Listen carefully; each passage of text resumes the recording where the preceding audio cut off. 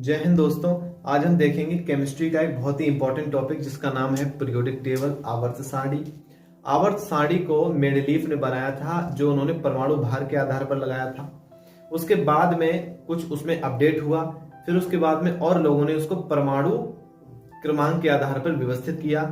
जो आज हमें मॉडर्न पीरियोडिक टेबल देखने को मिलती है वो परमाणु क्रमांक के आधार पर ही लगी हुई है। परमाणु क्रमांक क्या होता है? परमाणु क्रमांक से हमें क्या पता चलता है? परमाणु क्या होता है? इलेक्ट्रॉन प्रोटॉन क्या होते हैं, कहां पाए जाते हैं, और किस परमाणु पर या किस तत्व पर कितना आवेश आता है, क्यों आता है, क्या रीजन रहता है। आज हम बहुत सारा कुछ समझने वाले हैं, सीखने वाले हैं, बहुत अमेजिंग ट्रिक्स के द्वारा। बने रहिएगा मेरे साथ इस वीडियो में। हम लोग शुरुआत करते हैं सबसे छोटा कण यानी कि परमाणु के बारे में। परमाणु क्या होता है? किसी भी रासायनिक अभिक्रियाओं का वह छोटा से छोटा कण जो अभिक्रियाओं को कराता है। परमाणु जो होता है उसके अंदर एक नाभिक पाया जाता है। नाभिक की खोज भी रदरफोर्ड ने की थी अल्फा कणों की बमबारी कराकर। ये बहुत अच्छा और इंपॉर्टेंट टॉपिक है, इसको हम किसी अगले वीडियो में समझेंगे। अगर आप चाहते हैं कि मैं परमाणु का रदरफोर्ड वाला मॉडल बताऊं जिसमें नाभिक की खोज करी थी, तो आप कमेंट बॉक्स में बताइएगा, फिर इसके ऊपर वीडियो बनाई जाएगी। तो परमाणु के अंदर एक नाभिक होता है। नाभिक के अंदर दो चीजें पाई जाती हैं, जो होता है प्रोटॉन प्लस न्यूट्रॉन। हम आपको बता दें, P फॉर प्रोटॉन और P फॉर पॉजिटिव, यानी कि प्रोटॉन पर पॉजिटिव चार्ज आता है। अब आप ये नहीं कहिएगा N फॉर निगेटिव होता है। हाँ होता है, लेकिन यहां पर याद रखने के लिए हमें ध्यान रखना पड़ेगा N से न्यूट्रल, यानी कि इस पर कोई भी आवेश नहीं होता है, जीरो आवेश होता है। नाभिक पर प्लस आवेश इसलिए होता है क्योंकि प्रोटॉन प्लस है और न्यूट्रॉन न्यूट्रल है, तो इस पर पूरे नाभिक पर प्लस का आवेश रहता है। नाभिक के बाहर कुछ कक्षाएं होती हैं जिसमें इलेक्ट्रॉन रन करता है, जिसमें इलेक्ट्रॉन भागता है। अब हम लोग एक उदाहरण के तौर पे समझते हैं, फिर हमें कोष, उपकोष, कक्षक सारा एक ही बार में समझ आ जाएगा। हम लोग देखते हैं कि एक बाट नंबर होता है, जो जहां पर कोई कस्बा उस्बा होता है तो उसमें बाट बने होते हैं। फिर बाट के अंदर क्या होता है? बाट में जब हम चले जाते हैं तो वहां घर होते हैं बने हुए।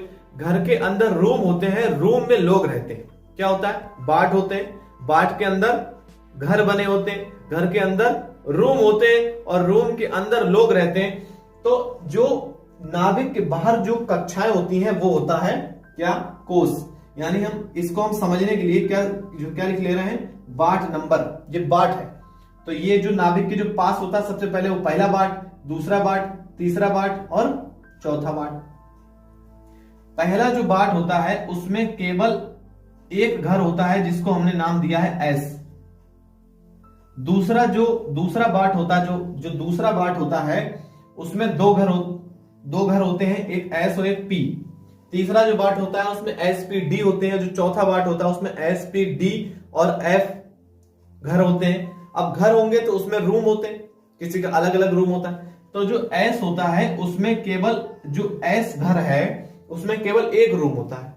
जो पी घर होता है उसमें 3 रूम होते हैं। जो डी होता है उसमें 5 रूम होते हैं और जो एफ होता है उसमें 7 रूम होते हैं। एफ में 7 रूम होते हैं और कहा जाता है एक रूम में 2 लोग रहते हैं। केमिस्ट्री के ये जो घर है इसमें एक रूम में 2 लोग रहते हैं। लोग हैं इलेक्ट्रॉन। लोग क्या है? इलेक्ट्रॉन। तो आप समझ गए। तो इसमें अब पी में है, अब एक बीच में हुंड का नियम भी याद आ गया, तो उसको बताते चलते हैं।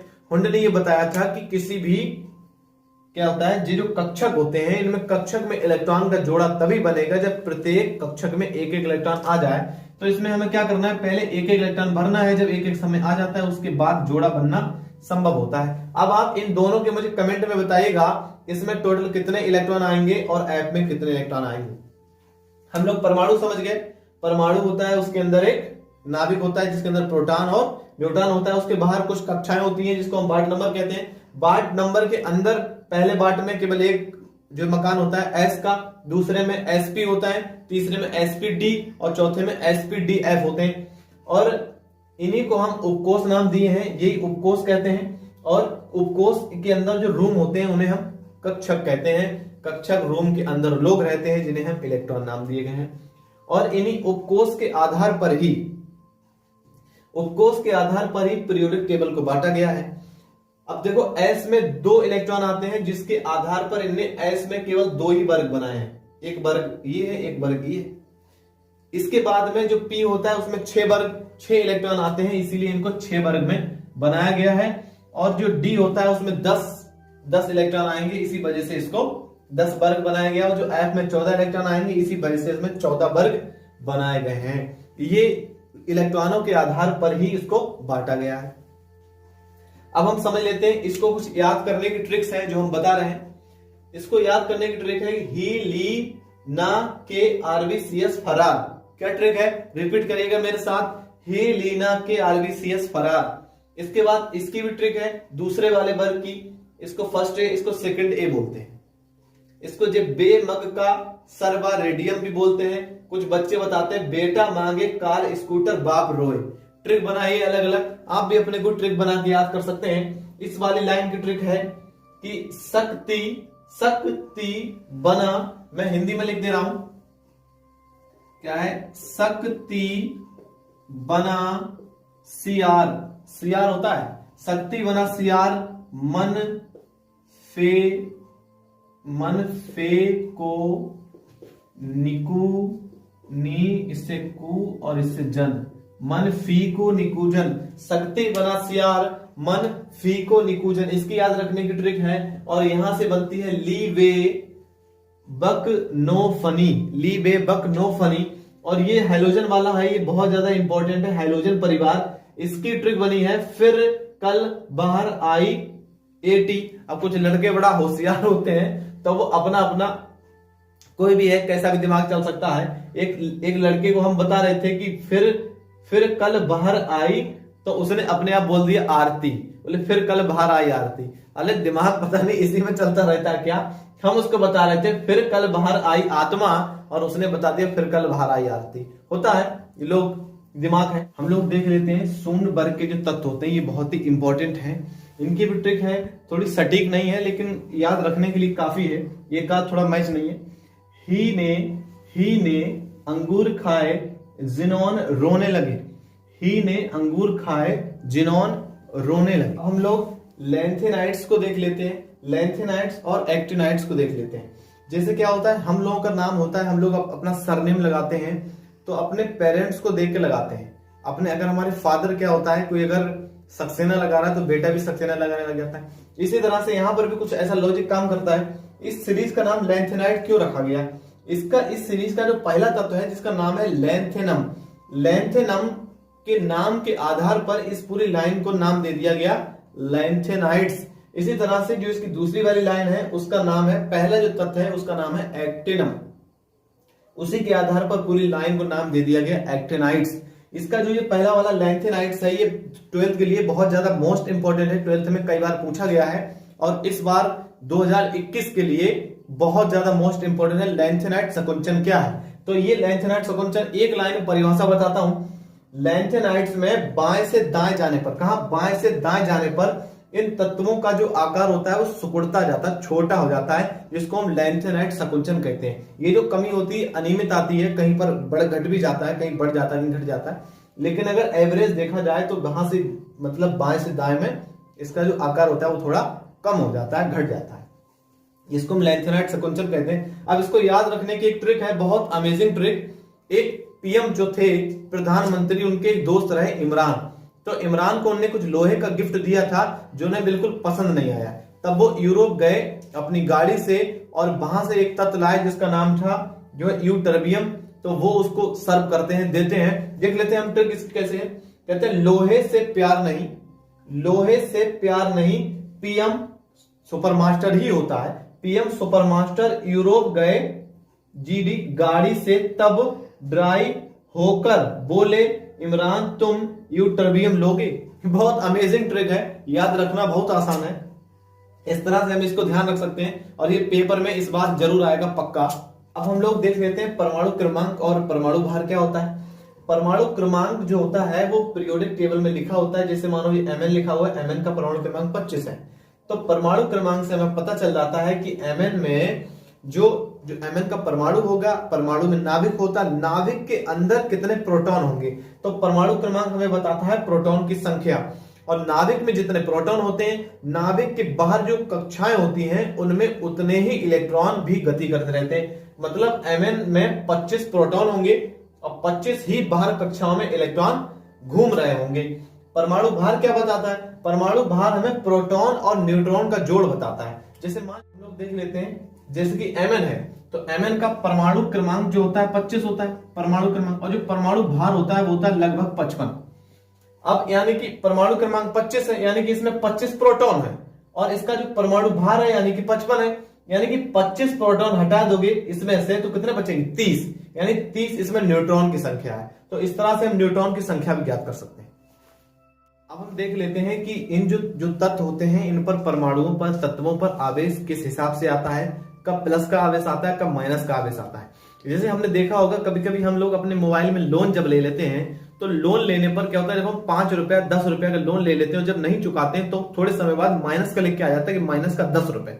यानी कि ध्यान रखना है कि जब कोई भी परमाणु इलेक्ट्रॉन को ग्रहण करेगा तो माइनस लगना है। क्या है? परमाणु जब इलेक्ट्रॉन ग्रहण कर लेता है तब क्या लग जाता है? माइनस। और जब उल्टा हो जाता है, जब हम अपना पैसा या कोई भी चीज बैंक में जमा कर देते हैं, पैसा जमा कर देते हैं, किसी को दे देते हैं, तो हम प्लस हो जाते हैं और वो माइनस हो जाता है।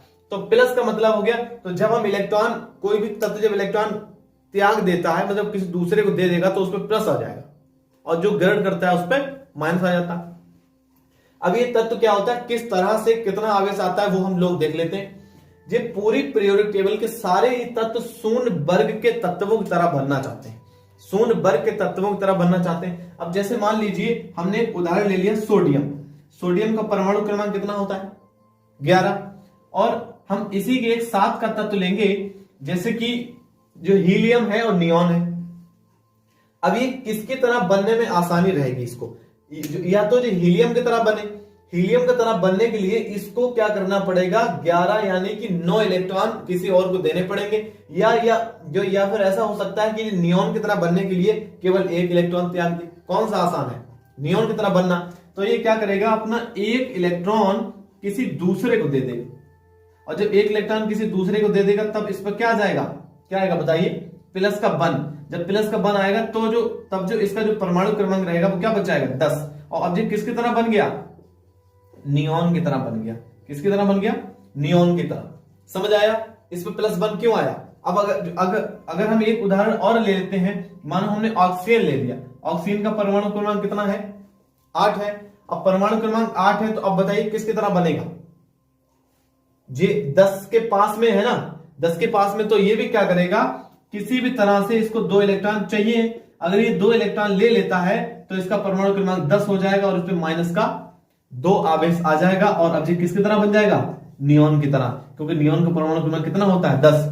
बात समझे कि नहीं समझे? आवेश आता है जिस शून्य वर्ग के तत्वों की तरह बनना चाहते हैं, और जिसकी तरह जैसा बनना चाहते हैं उस पर उतना ही आवेश आ जाता है। और हम लोग उदाहरण देख लेते हैं, जैसे मान लीजिए कैल्शियम लिखा हमने Ca, इसका परमाणु क्रमांक 20 होता है। अब बताइए किसकी तरह बनने में आसान है? बिल्कुल सही, आर्गन की तरह। अब आर्गन का परमाणु क्रमांक कितना? 18। तो ये क्या करेगा, आर्गन की तरह बनने के लिए 2 इलेक्ट्रॉन किसी दूसरे को दे देगा। जब ये 2 इलेक्ट्रॉन किसी दूसरे को देगा तो इस पर कितना आ जाएगा? प्लस का 2 चार्ज। तो कैल्शियम में प्लस का 2 चार्ज आता है। आसान है। इसी तरह से आप कोई भी तत्व देख लेंगे, कुछ सिचुएशन में फंस जाता है, 1-2 अपवाद है, वरना ये जो ट्रिक है हमें बहुत सारे तत्वों में काम करती है।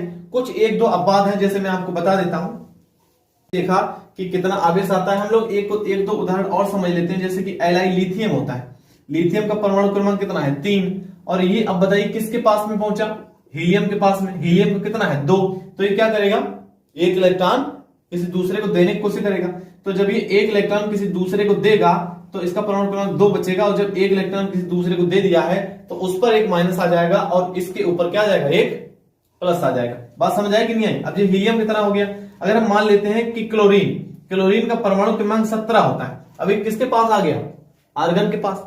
अब जब आर्गन के पास आ गया तो आर्गन का परमाणु क्रमांक कितना है? 18। इसके पास एक कम है, तो ये क्या करेगा? एक लोन लेगा किसी से। तो जब ये 1 इलेक्ट्रॉन का लोन ले लेगा तो इस पर कितना आ जाएगा? Cl पर 1 माइनस, और Cl पर 1 माइनस आता है। इस तरह के ये है। इसमें कुछ अपवाद भी हैं, 1-2 अपवाद हैं, जैसे कि हाइड्रोजन होता है, वो 1 इलेक्ट्रॉन ग्रहण भी कर सकता है, 1 इलेक्ट्रॉन त्याग भी सकता है। तो ये सिचुएशन होती है इसके पास वाले परमाणु पर, जैसे कि अगर He और Cl आ गया, तब क्या करेगा, Cl को एक इलेक्ट्रॉन चाहिए, तब ये इसको इलेक्ट्रॉन एक दे देता है। अगर सिचुएशन आ गई कभी NaH, तो ये सोडियम जो होता है वो इलेक्ट्रॉन एक दूसरे को देता है, तब यहां पर ये ग्रहण कर लेता है, इसके पास एक होता है, एक और मिल जाता है, तो ये दो हो जाते हैं, जो हीलियम की तरह हो जाता है। और जब एक भी नहीं होता तब भी वो स्थायी रहता है। तो यहां पर हमने देखा कि जो परमाणु होते हैं उन पर आवेश किस तरह से आता है, और भी बहुत सारी हमने ट्रिक देखी। अगर आपको वीडियो अच्छी लगा हो, मजा आया हो, लाइक करिएगा, इसको शेयर करिएगा आप अपने जो है फ्रेंड के साथ में, और बने रहिएगा हमारे साथ अगले वीडियो में। कल हम और भी इंटरेस्टिंग टॉपिक लाएंगे आपके लिए। Thank you.